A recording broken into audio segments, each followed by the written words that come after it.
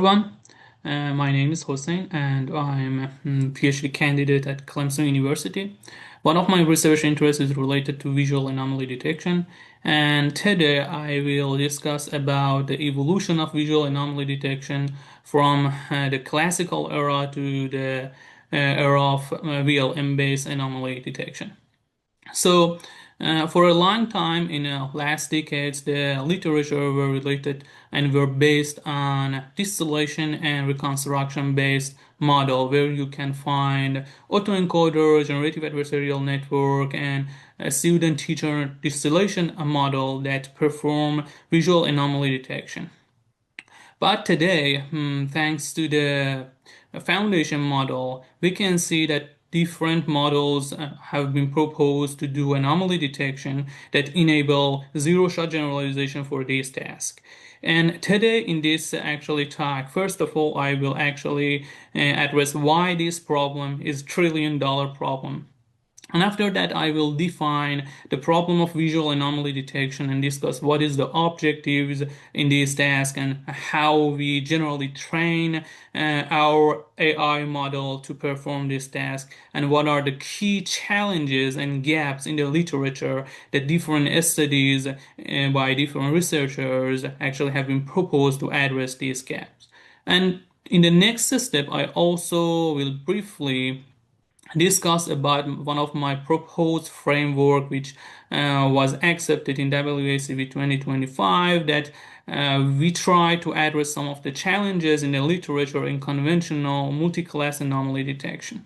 After that, I also will discuss about the semantic shift that have been actually enabled by using foundation models such as CLIP and discuss some representative studies in this field that enable us to do open vocabulary anomaly detection by using some foundation models such as CLIP. In the next step, I also will discuss one representative work that enabled dialect-based anomaly detection, and we go to next step in visual anomaly detection, and we can also query different question for the input data that we have, and we can actually describe and analyze and get some information about the attribute of the defects and anomaly in input data by leveraging foundation models such as QAN, Interview, and these multimodal large language model. And in the end, in my actually presentation, I will also talk about some recently proposed benchmark for visual anomaly detection to gauge the performance of different foundation models for specifically this task. And we'll show some of the results and some of the insights that how these foundation models actually work in respect to the visual anomaly detection. So let's start. Anomaly detection is a $1 trillion problem since actually defect can cost a lot, and sometimes these defects and anomaly can be dangerous. In fields such as manufacturing field, anomalies and defects actually can lead to a lost waste, can lead to warranty cost or even the reputation damage. In different fields such as cybersecurity, aerospace, healthcare, missing a small defect can sometimes impact directly the safety in our work. And the problem and the keynote here is that defects and anomalies most of the time are rare and diverse. And as a result, we cannot rely on human to perform these tasks. So manual human inspection actually does not scale because the defects are wide, the defects are diverse and rare, and we cannot collect enough data for every possible classes and every scenarios and supervise these tasks. So because of this reason, we need some actually unsupervised or at least weakly supervised setting to address these tasks. But what is the main objective in the literature to address these tasks? The main objective, if you actually read different studies in the literature, is that we want to address two main objectives to do visual anomaly detection. The first one is visual anomaly detection, and the second one is visual anomaly localization.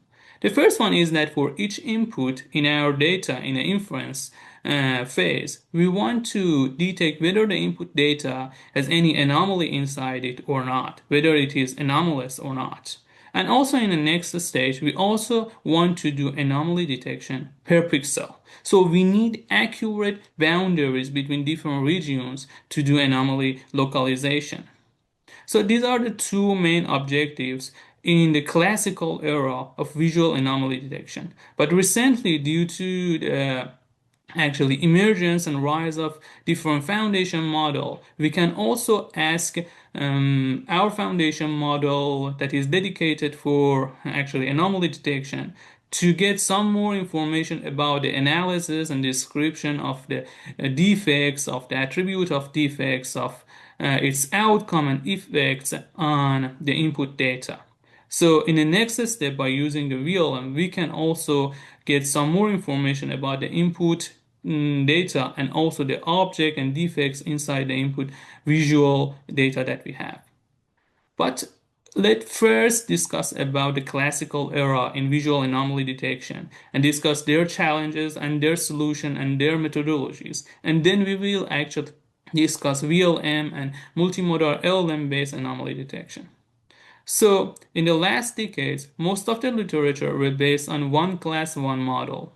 It means that for specifically each class, each object, each texture in the input data that we have in our training or test set, we need to dedicate one weight, one model to train on that set and save the weights and then do inference. So if, for instance, we have 10 classes, we need to dedicate 10 models with different weights and separately train different models for each classes. But the issue is that this pipeline does not actually uh, scale and is not scalable, and we need to dedicate a separate training phase for each item. And to address this issue, there are some other line of studies that try to propose a unified multi-class anomaly detection.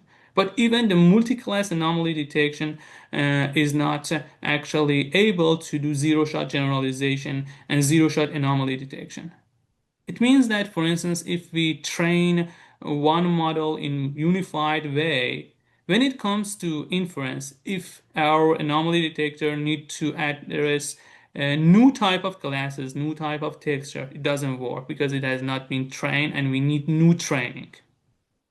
So zero shot generalization is one of the most common and important and pronounced challenges in the literature in the classical era of visual anomaly detection that we need to address it. Apart from zero shot generalization, there are other types of issues in the literature in classical and also in a new era of visual anomaly detection, some of which include precise localization. Multi-class complexity, it means that we have interclass interference between different classes. Class imbalance, because for instance, when we gather training data, most of the time we have a class imbalance between different type of classes and texture, because there is different cardinalities of sample in different classes, and we need to actually integrate some kind of regularization or customize loss function to address this issue. Also, another pronounced issue is related to domain shift. It means that most of the time the literature consider the same an IID distribution between the training and test sets. So when it comes to the test set, if the distribution change, they won't work well and the performance drops significantly. And also, as I mentioned, we need precise boundaries because even sometimes one pixel mistake in anomaly localization can actually categorize that specific area and object incorrectly. And these are some of the main challenges in the literature, even in a new era of anomaly detection. The different studies in the literature try to address this issue. Before the rise of VLM, there are two main lines of research to address this task, which is anomaly detection. The first one is based on reconstruction based model. In this line of research, actually, the gist idea is that if we could train a model such as autoencoder or generative adversarial network to learn the distribution of the normal data, when it comes to inference, when the model actually see the abnormal data, it cannot reconstruct the distribution of the abnormal and anomaly samples because it has been pre-trained on normal data. And we can define some kinds of reconstruction error measurement in different layers, in different levels, such as feature level, embedding level, or input level, to actually do anomaly detection and anomaly localization. So the gist idea is that we use, for instance, autoencoder, we train it on the normal data, we use reconstruction error to do anomaly detection. And this is a very simple and basic idea for reconstruction-based model to do anomaly detection. Another line of studies to do these tasks is based on teacher-student knowledge distillation. These can be also categorized into vanilla knowledge distillation and reverse knowledge distillation. But regardless of these two categories, I should mention that the general idea is very similar to the reconstruction, but the architecture is different. So here in a student teacher knowledge distillation, we want to actually leverage the knowledge of a powerful and strong frozen teacher to do anomaly detection. And we do so by distilling the knowledge of a student, of the teacher, to a student, to train a student on the normal data. And when the student actually learn the distribution of the normal data, we actually define some measurement of the error between the teacher and the student to do anomaly detection. So the gist idea is similar to the reconstruction, but the architecture now is different. And the difference is that we try to leverage a powerful teacher to distill its knowledge to a student to learn the normal distribution, and then to do anomaly detection, we compute the discrepancy between the teacher and the student to do anomaly detection. As an example, we can actually, after train a student, because the student learned the distribution of normal data, we compute the cosine similarity between the representation of different stages of the teacher and the student to compute the anomaly map, to localize the anomaly in the input data. So these are the two lines of research in classical era of anomaly detection. That still they actually have some challenges such as domain shift, susceptibility to the domain shift, or interclass interference for actually class setting. So to address some of these issues, including domain shift and interclass interference between the different classes in multi-class and unified setting, this is one of my actually proposed framework that was accepted in WACB 2025. So here, first of all, I should note that the architecture of our proposed model is based on reverse knowledge distillation. As I explained, we have a frozen powerful teacher and we have a student that learn the distribution of the normal data by distilling this knowledge from the frozen teacher. And we use the discrepancy between the teacher and the student to do anomaly detection. But the main contribution of this paper is that, first of all, we want to address domain shift. To do so, first of all, we incorporate adaptive instance normalization into different stages of the student network. So adaptive instance normalization actually have some style codes in each layer. So these style codes actually can model the distribution and characteristic of the input data. So when, for instance, the brightness, when there is a shadow, this style code in iodine layer would be changed. So if we could actually adjust the style code of iodine layer in our student anomaly detector, we can make our student robust against different distributions such as different shadows, such as different brightness, and different distribution in the wild that in the test and inference phase we can actually face with. So to do so, we actually design and train another domain adapter that these domain adapter actually control the style codes in different outlying layer in our student. So after we train this domain adapter in the inference, on the fly, this domain adapter adjust the style code of outlying layer in our student, and our student detect anomaly detector would be robust and adaptable according to the characteristic of the input data. And by doing so, we actually managed to address this issue in multi-class anomaly detection. And we train this domain adapter by using some consistency regularization and make this domain adapter to generate consistent style code for different layer, outline layer in our student. And another actually contribution in our framework is that we also wanted to address the interclass interference between different classes. And to do so, we actually propose a class aware prompt integration mechanism, which is actually illustrated by these prompt class aware prompts. So these actually are some hint and prompt that guide our student detector to have some information about the type of different classes and texture in the input data. So by this way, when we feed our actually input images to our student anomaly detector, it can have some prompt, some information about the input classes, and by this way we can manage to address the interclass interference between different classes, and the performance would actually be improved. So these are the two contributions and ideas that we actually incorporated in reverse knowledge distillation framework in multi-class setting to address these two challenges and gaps in the literature.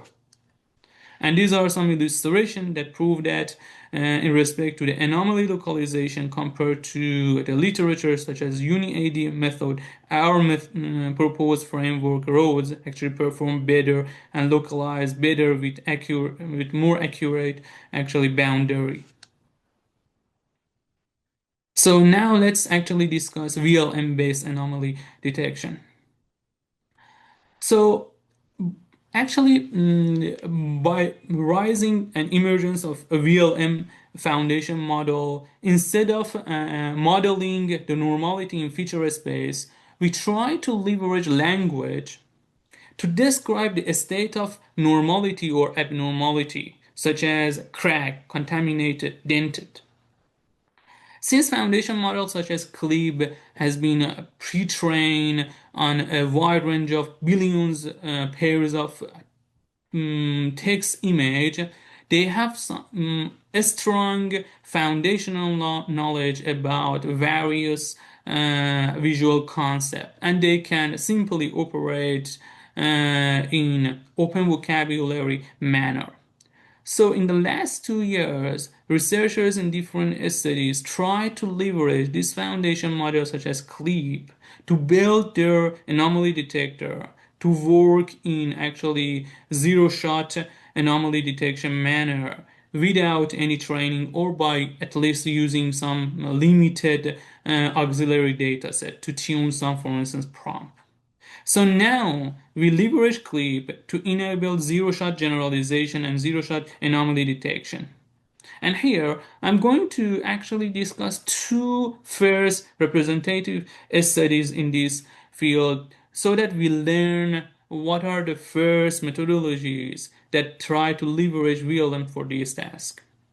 And know that still here we actually target two main objectives, but we make it zero shot detection. It means that for any new type of object we don't require to retrain our model, and our model would actually could work in zero shot manner. So here we are not actually we cannot ask the VLM to provide us with more information about the type of defect, describe of defect, analyze of defect. And the main objective of our still anomaly detection and localization, but with the ability of zero-shot generalization. But in the next step, next part, I will address more recently work that enable us to query the input data for more information about the type of the defect and have some query dialog-based anomaly detection.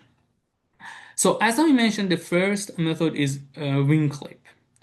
Wing clip actually leverage clip to do zero-shot anomaly detection. And there are two main contributions and ideas in this study. The first one is that it propose a composition prompt ensemble. So for the state of normality and abnormality, instead of using only one vague prompt, it proposed to use a pool of prompt with synonym actually names and then compute the embedding of these pool of prompts for each state of normality and abnormality for each class, and then average these embeddings to construct a robust prototype. So the main idea is that since clip is very susceptible to different words in their prompt, if we use a variation and pool of prompt for each state, for instance, we use 15 similar variation for a photo of flawless bottle, such as a photo of normal bottle, and we have a 15 variation of this, and then calculate the embedding and average the embedding and construct a robust prototype, we can actually improve the zero-shot ability of the clip for anomaly detection. So the first idea is related to compositional prompt ensemble to make the clip less susceptible against different variation in the prompt input. And the second one is that standard clip, actually, when we feed the input image to the standard clip, it only computes the one global feature representation for the input image from the vision encoder. And this is not good because sometimes we actually have very small defects in the input image, and we need to localize these small defects. So to address this issue, this actually a study proposed a sliding window feature extraction. This is very simple and conventional method in computer vision that we slide a window throughout the input image and compute the vision embedding from the vision encoder of the clip, and then it calculates the similarity between these a slided window in different location of the input with those already calculated robust prototype, and then by calculating the similarity of the those prototype and feature embedding of different sliding window, it average them and calculate the heat map of the anomaly and also the score of the anomaly. So the gist idea here is first compositional prompt ensemble and also a sliding window to get better localized anomaly heat map. And also I want to note that at the end of the day, when we want to compute the anomaly score and anomaly map, we need to compute the similarity between the feature embedding of the prototype and the feature embedding of the image that is output of the vision encoder. So this is the gist idea of the first representative work in VLM that enable us to do anomaly detection in zero-shot manner without using any training data. But one of the issue of this paper is that, as you see in the input prompt, it actually incorporates the name of the classes.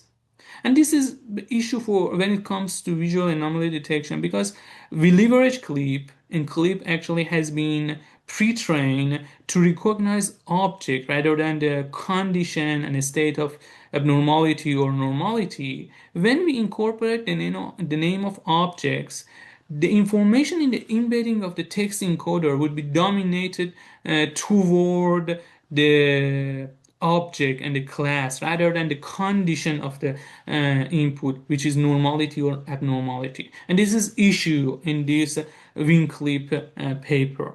So after this paper, Anomaly clip actually highlight this issue in wing clip and try to address this issue in the wing clip paper by very simple idea. So the idea is that we can actually remove the name of a specific object in the input prompt, and instead of the name of the object, we only incorporate a generic name such as object in the input prompt. And by doing so, it actually show that we can actually improve the performance of anomaly detection when it comes to zero-shot anomaly detection. So this paper proposed object agnostic prompting to address this issue.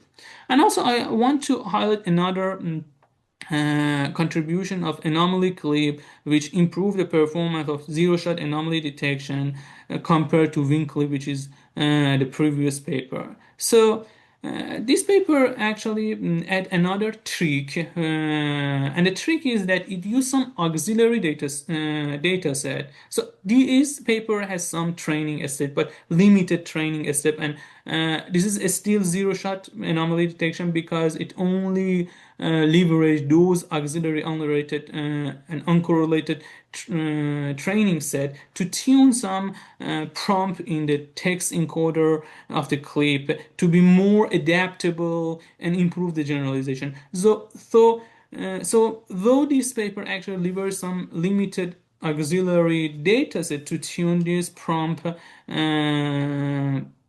textual prompt in text encoder, still it is a zero shot because when it comes to new classes, new object, they still work due to the zero shot and open vocabulary ability of the clip. So these are the two main ideas in this paper, anomaly clip, that address the issues of the one of the first representative work in VLM based anomaly detection. And these are some heat map illustration of this study. So until now, I actually explained the conventional studies in visual anomaly detection and some studies that leverage foundation models such as CLIP to enable zero-shot generalization for visual anomaly detection. But in some high-stake applications such as healthcare or even industrial visual inspection, we need to have more information about the defects. For instance, we need to know about the type of defect. We need to describe the defects and anomaly in the input data. We need to have some information about the attributes of specific defects and anomaly in the input data, or even we need to know what is the consequence and effects of this anomaly at the end of the day. So to enable a dialogue-based and explanation for the task of visual anomaly detection, in the last 2 years, we can see some studies that leverage multimodal large language model or large language model to enable us to provide explanation about the defects and anomaly in the input data. So Anomaly GPT is one of the first studies in this respect, and after this study, there are still lots of other improvements that show lots of good results in the literature. So in Anomaly GPT, they leverage two foundational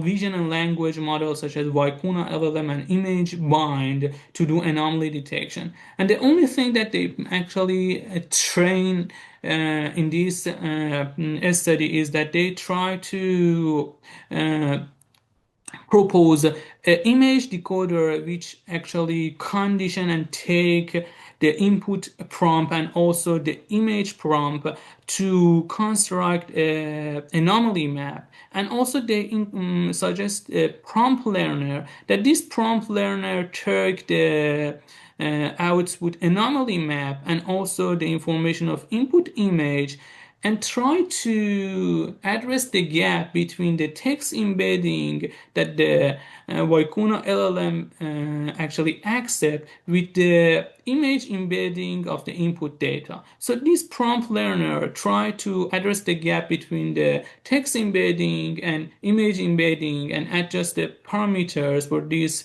issue. And also the image decoder try to work such as segmentation network image. And these two learnable actually module are very lightweight, and at the end of the day, we actually asked our LLM to provide us with the information of the input data, and by only leveraging these two lightweight modules, we can train our model to be adjusted for visual anomaly detection. And they actually, to provide anomaly map for supervised training, they actually generate some synthetic data for the tuning these parameters in image decoder and prompt learner. So these are one of the first studies, and nowadays, if you compare Anomaly GPT with new recently studies, the performance is not good. But this is one of the pronounced work in this field which enable dialogue-based anomaly, visual anomaly detection.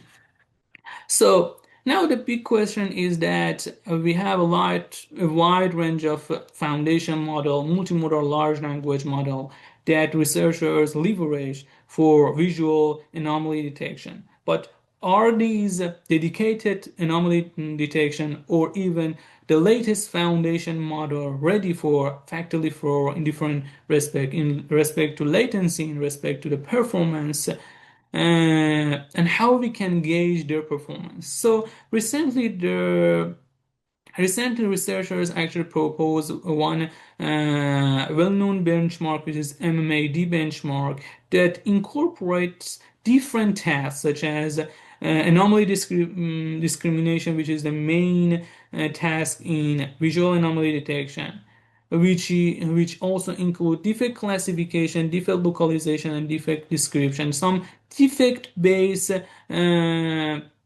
tasks that enable us to provide more information about the type of defect, about the attribute of defect, about the what is the effect and consequence of these anomalies in the input data. And also this benchmark incorporates some information about the object inside the input data, so we can understand what is the attribute or what is the class of the input object in the input image that we have.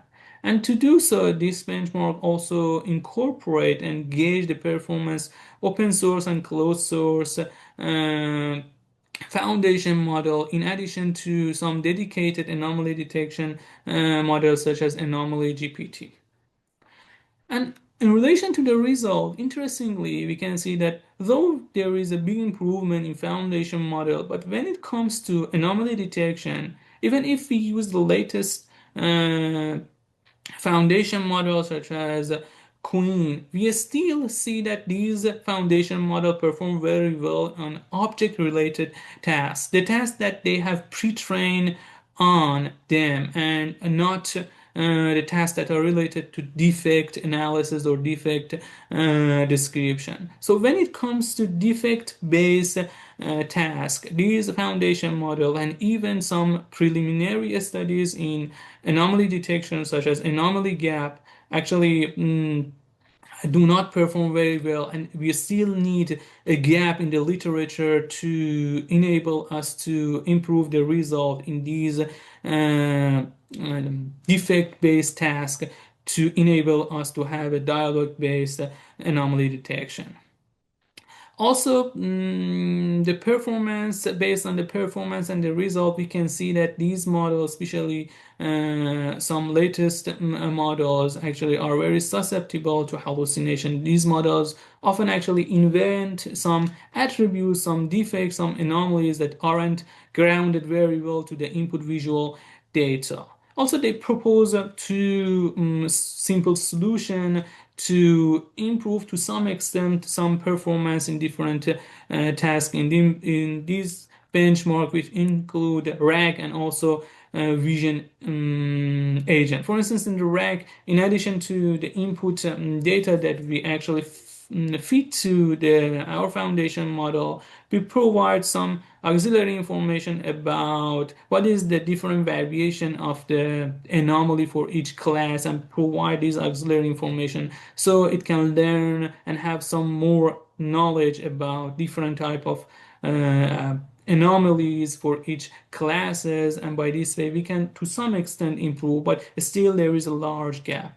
And also one another solution that this benchmark proposes, that we can leverage a dedicated visual anomaly detection. So for the first stage, we actually use a dedicated agentic vision anomaly detection to provide us an anomaly map for us. And then in addition to the input raw image, we also incorporate and feed this anomaly map to the foundation model to do anomaly dialog-based anomaly detection. And it is very straightforward that if we actually highlight the anomaly map and provide this as auxiliary information to the input foundation model, we for sure expect to have some improvement in our results. So here in my presentation, I address the evolution of visual anomaly detection from the era of classical studies that were based on distillation and reconstruction based model. Also, I addressed the VLM-based anomaly detection that enabled us to do zero-shot generalization for visual anomaly detection. And at the end, I'll also explain one representative study for dialogue-based anomaly detection, and I address its challenge. And I think another thing that I would like to mention in this slide is that one of the issue in foundational model for dialogue-based anomaly detection is related to their latency. As you know, these foundation models are very large, and we need high speed to do anomaly detection in different applications such as industrial visual inspection. And due to the large number of parameters in foundation model, we need to also address the latency issue in these tasks. So the trust due to the hallucination and the latency are the most concerning challenges in recently studies for dialog-based anomaly detection. At the end of the day, I think in the following years, we should expect to have more works on agentic-based anomaly detection, where we do not need any actually manual coding for training or for fine tuning our model. We can actually leverage agentic model to actually only provide some rules to our agentic model, and our agentic model can actually leverage some foundation model to write the code, train some even models for us for specifically some specific rules for a specific item to do anomaly detection. Even we can actually leverage foundation model to find some common attributes in our training set by providing some golden sample, and by leveraging agentic AI we can atomize all the steps in this pipeline for a final goal in our anomaly detection. So this is my presentation.